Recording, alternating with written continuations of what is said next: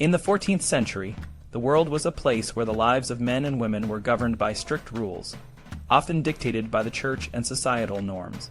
Imagine a time when a woman's worth was measured by her obedience, and her happiness was secondary to her husband's pleasure. This might sound shocking, but it was the reality for many women during the Middle Ages. However, amidst this rigid and often cruel system, there were moments of rebellion, love, and even triumph. Let's dive into the complex and sometimes contradictory world of women in the 14th century. The 14th century was a period of great change and turmoil. The Black Death, political conflicts, and social upheavals shaped the lives of people in Europe. For women, this era was particularly challenging. The Church, which held immense power, had a significant influence on how women were perceived and treated. According to Christian doctrine, women were seen as inherently sinful and weak, a view that was deeply ingrained in society. One of the most striking aspects of this period was the Church's stance on sexuality. The Church believed that sexual pleasure was a sin, if it was not directed toward procreation. This meant that any form of sexual activity that did not result in the potential for having children was considered immoral. For example, Augustine, an influential Christian philosopher, taught that God and nature had placed pleasure in sexual acts to encourage procreation and the greater worship of God. Any use of sex for pleasure alone was seen as a sin against nature, and by extension, a sin against God. Despite these teachings, many people struggled with the natural desire for physical intimacy. Some, like the character Oasin in the medieval story, Oasin and Nicolet, openly defied these rules. Oasin, when faced with the choice between heaven and hell, chose hell if it meant he could be with his beloved Nicolet. This story, while fictional, reflects the complex relationship between human desires and religious doctrine. Another example of this struggle is found in the Romandelarose, a famous medieval poem that explores the theme of love. The poem, written in 2 parts over several decades, delves into the complexities of courtly love and the tensions between desire and societal expectations.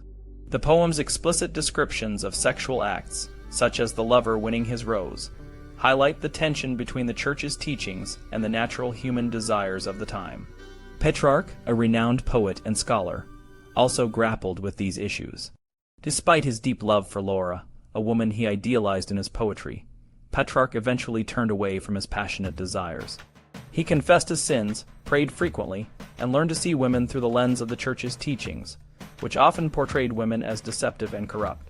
This transformation, while personal, reflects the broader societal pressure to conform to religious norms. However, not everyone was content with the strict rules imposed by the Church. The poet Deschamps, for example, began his career with a light-hearted approach to women, but ended his life with a bitter and cynical view. His poem Miroir de Manage is a scathing critique of women, accusing them of being wanton, quarrelsome, and demanding. Despite his personal comfort in marriage, Deschamps's later works suggest a deep-seated fear of women and a need to atone for his earlier, more positive views. The Church's teachings on sexuality and women's roles were not without contradictions. For example, while the sacrament of marriage was considered holy, the enjoyment of sexual pleasure within marriage was still viewed with suspicion. The Church struggled to define what constituted venial sin, a minor sin, versus mortal sin, a serious sin. This led to endless debates about the morality of various sexual acts, including whether a chaste or virgin marriage was more holy than one that involved sexual intercourse. Marriage, in particular, was a central theme in the literature and social norms of the 14th century. The question of who held power in a marriage, husband or wife, was a frequent topic of discussion. In the Canterbury Tales, for instance, Chaucer's pilgrims often debate the roles of husbands and wives, with many stories highlighting the challenges of maintaining a harmonious relationship. The Ménagier of Paris, a guide for married life, emphasized the importance of a wife's obedience to her husband. According to the Ménagier, a wife should always put her husband's pleasure before her own, avoid contradicting him, and be cautious in offering advice. This advice, while seemingly oppressive, reflects the societal norms of the time. However, the emphasis on obedience also suggests that women may have been more assertive in reality, leading to the need for such strict guidelines. Despite the emphasis on obedience, there were moments of rebellion and defiance. For example, stories of strong and independent women, like patient Griselda, were popular. Griselda, a character in several medieval tales, endures extreme tests of her loyalty and obedience to her husband. While these stories were meant to promote the ideal of submissive wives, they also sparked discussions about the nature of love and the limits of obedience. One of the most influential voices for women's rights in the 14th century was Christine de Pisan. Born in 1364, Christine was a remarkable woman who defied the expectations of her time. After the death of her husband, she turned to writing to support her family.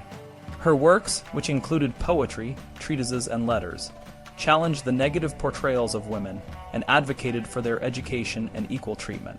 Christine's writings, such as the Book of the City of Ladies, celebrated the achievements of women and argued for their right to participate in society on equal terms.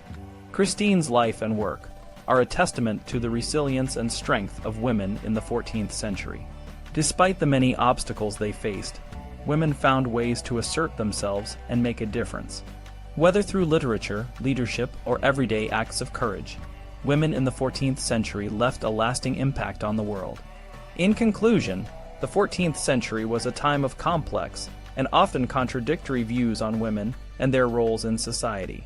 The Church's teachings, while influential, were not always followed, and many individuals, both men and women, found ways to navigate the challenges of their time. The stories of Oasin, Petrarch, Deschamps, and Christine de Pisan offer a glimpse into the diverse experiences of people during this period. While the 14th century was marked by strict social norms and religious dogma, it was also a time of creativity, rebellion, and the emergence of strong and influential women. Their stories continue to inspire and challenge us today.